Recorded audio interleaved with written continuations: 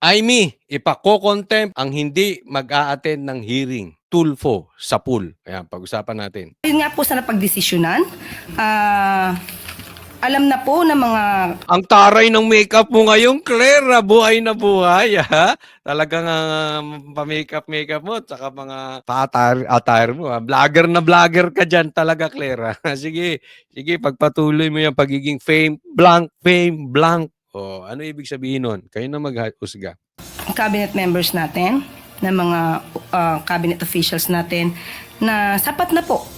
Sa kanilang pananaw ay sapat na po ang kanilang mga nasabi, na ibigay na facts, mga data, sa naunang hearing ni Senator Aimee Marcos.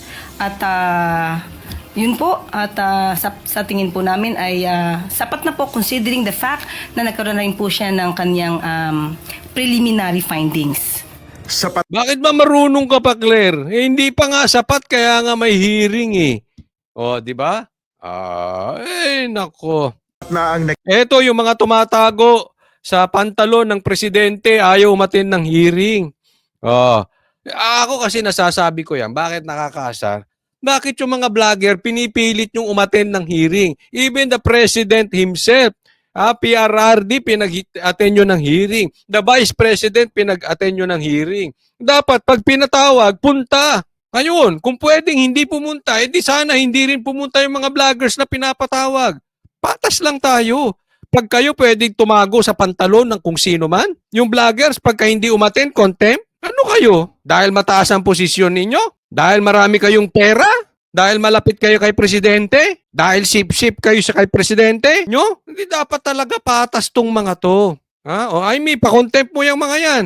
Pag di nagsi-attend. naging paliwanag ng mga dumalong cabinet members sa unang pagdinig ng Senado sa naging pag-aresto kay dating Pangulong Rodrigo Duterte. Ito ang posisyon ng Malacanang kaugnay ng isasagawang pangalawang Senate Committee hearing bukas na pinangungunahan mismo ng Yun ang maganda, tuloy pa rin ang hearing.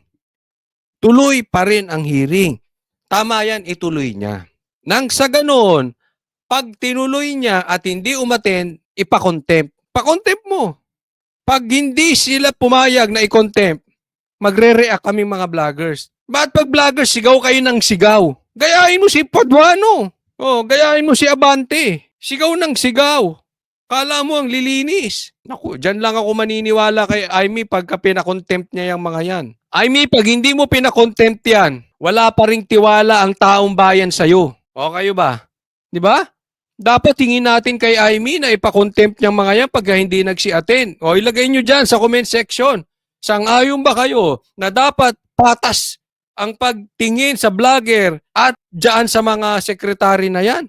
At dyan sa pulis na yan? Bakit si Grijaldo? Pinakulong nyo. Pinakontempt. Ba't si Torre hindi nyo mapapakulong? Pag hindi mag-attend? No. Tingnan natin. Tingnan natin ang ano nito ni Aimee. Pagka hindi, niloloko mo lang kami, Aimee. Pag hindi mo kayang ipakontempt yan, pagka hindi umattend. presidential sister na si Senator Aimee Marcos.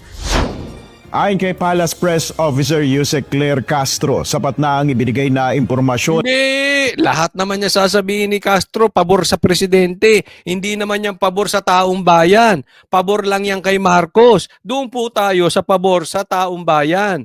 Ang loyalty ay nasa taong bayan. Ang loyalty ay nasa batas. Ang loyalty ay nasa konstitusyon. Hindi ang loyalty dahil sa isang tao na nagpapasahod sa kanya. Na mga opisyal ng ehekutibo upang makagawa o makapag-amyenda ng batas ang Senado ukol sa isyu ng naging pag-aresto sa dating Pangulo. Hindi po natin masasabi na hindi naman po tinugunan ang mga katanungan kung ito po ay in aid of legislation. So malamang po ay sa... Bakit ba? Doon sa vlogger ba? In aid of legislation? Anong nagawang batas doon? Alam mo, wala naman kasing problema sa mga ganyan. All we are asking is equality. Kung bawal kay Juan, bawal kay Pedro. Kung pwede kay Juan, pwede kay Pedro. Simple lang naman yun, ma'am. Bakit? Porket secretary? Tatago sa saya ng presidente? Pag kami hindi pwede? Sapat na po ang mga nasabi ng ating mga cabinet Hindi. officials para makagawa na po siya ng kanyang batas patungkol po dito. Nilinaw rin ng Malacanang na walang kontrahan o magkakaibang posisyon sa naturang pagdinig. Alam mo yung ginawang kidnapping, ito dito tinamaan ng mga Tulfo. Yung ginawang kidnapping kay PRRD, Tapos sinasabi nila makikipag-cooperate ang ICC. Ay makikipag-cooperate sila sa ICC. Sapul ang Tulfo dito. Alam niyo kung bakit? Alam mo mga Pilipino ngayon, nasanay tayo, 'di ba? Kaya nga sumikat ang Tulfo eh. Kaya nga magiging 3 ang senador eh, na Tulfo. Yung isumbong mo kay Tulfo, 'di ba? Yung tinutulungan yung mga mamamayan, isumbong kay Tulfo tapos susolusyunan ng problema. Ngayon hindi na. Tatamaan ng Tulfo talaga rito. Ang gagawin ng taong bayan, isusumbong na lang sa ICC. Oh, wala nang isumbong mo kay Tulfo. Isumbong kay ICC. Isipin mo, isumbong mo kay Tulfo. Magkakaroon pa ng due process mahaba. Sasampahan pa ng kaso. Didesisyonan pa yan sa DOJ. Hahanapan pa ng probable cause yan. Ang tagal magdesisyon ng korte. Bago matapos ang lahat. Wala na. 'Di ba? Due process eh. Padadaanin sa due process. Ganyan sa Pilipinas. Isipin mo. Ba't mo isusumbong kay Tulfo? Isumbong mo sa ICC. Pag malakas ka sa ICC o malakas ka sa gobyerno, pag-release mo. Sabihin mo sa ICC, magpa-release kayo ng warrant of arrest. Tapos na. Wala nang hearing-hearing. Kukuhanin yung tao, dadalhin sa Villamor, padadala sa Netherlands. Tapos doon na. O, halimbawa, ako malaking negosyante. Isusumbong ko pa sa korte? Wag na. Susumbong ko pa kay Tulfo? Wag na rin. Isumbong ko sa ICC. Di yung kalaban kong negosyante, wala na. Kikidnapin na yun eh. Dali na doon. Kung may laban man yung kanyang kaso o wala, walang problema. But for the meantime, yumayaman ako. Bakit? Wala yung kalaban ko sa negosyo eh. Kalaban ako sa politika. Malakas. Kunwari sa probinsya ko. Sumbong mo sa ICC pag pa-release ng warrant. Coach Oli, mali ka, baliw ka. Bakit? Paano ang ginawa nilang kasalanan ay hindi naman nililitis ng ICC? Bakit? Si PRR, di ba may kaso? Hindi nga nakasuhan dito eh. Fabricated lahat yung 30,000. Hindi nga sila makapaglabas ng dead body. Hindi nga sila makapag-produce ng ebidensya. Basta ang gawin, kidnapin mo yan. Basta sinabi namin. Dalin mo doon. Wala nang due process. Doon natin pag-usapan ng due process. Ako, gambling lords. Ako, drug lord. Halimbawa, baka mamaya katin yun. Halimbawa, ako'y gambling lord. Ako'y drug lord. Gusto ko patligpit. Gawan ko ng kwento. Tararat, ang pinatay niya, 30,000. Asan ang ebidensya? Isasubmit namin sa ICC. Hingi ka, punta ka na sa ICC. Dumiretso ka na. Or alam mo, kalaban natin sa politika yan. Sumbong natin sa ICC. Patiklo na natin. Mahin laki ng drug money. Gambling money. Solo natin yung negosyo natin dito. Dalhin mo na dun. Di ba? Dito mo yan, magtatagal pa tayo eh. Dali mo Supreme Court, magtatagal tayo. Di may kalaban pa rin tayo sa negosyo. Pag dinala mo doon, di tapos na, wala tayong kalaban. Diba? Di ba? Wala na.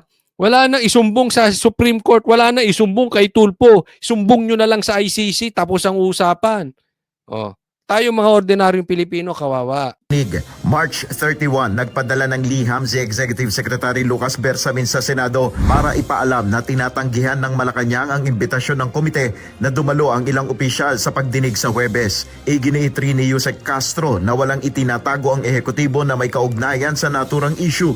Wala naman pong tinago dahil sapat na po yung napakahabang oras nung unang hearing para po masabi ang dapat na masabi po ng ating mga cabinet officials patungkol po dun sa pag-surrender kay dating Pangulong Duterte sa ICC.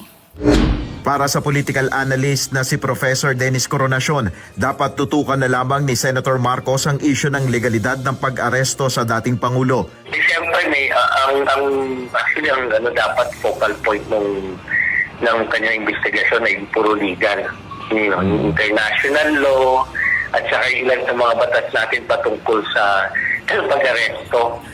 Hindi, tama naman yung legal tsaka yung pag-aresto. Yun nga ang dinidiscuss ni Amy, di ba? Okay, but anyway, marami magiging opinion patungkol dito eh. No, ang sa atin lang, lahat ng ginagawa ni Amy ay mawawalang kabuluhan. Hindi pa rin siya paniniwala. Alam naman natin kaya niya to ginagawa kasi kumukuha siya ng amor sa taong bayan. Tanggapin na natin.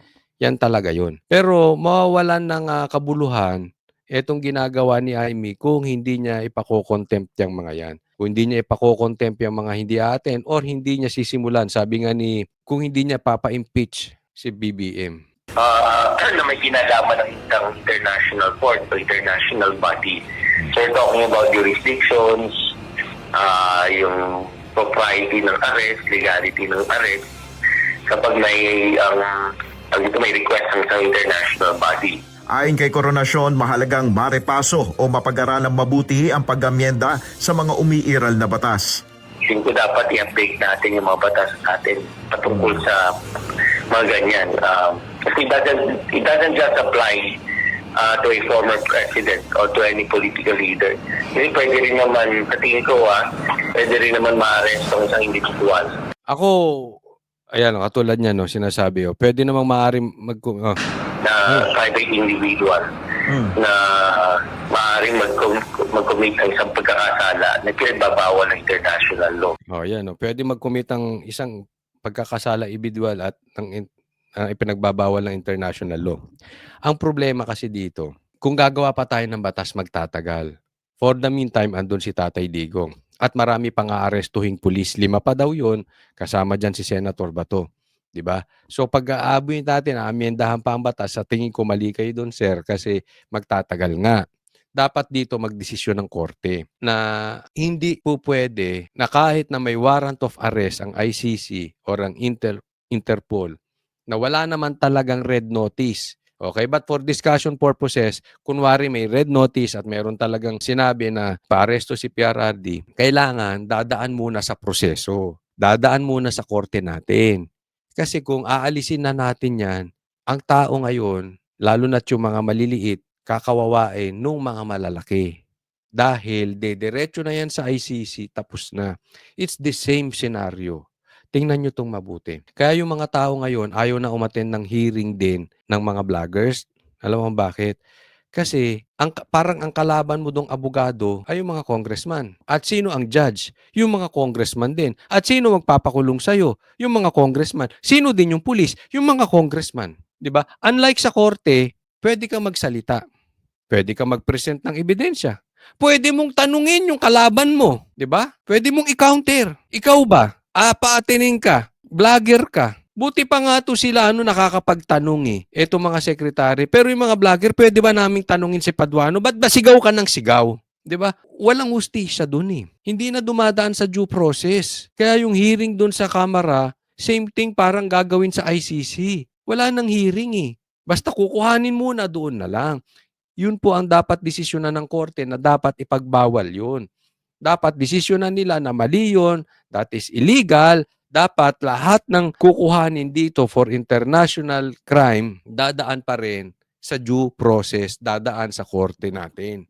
Huwag po nating shortcut. Nakakasama ng loob din kasi pagka nakikita ko yung mga vloggers, parang tinatanong ng tinatanong, tapos sila hindi naman pwede magtanong.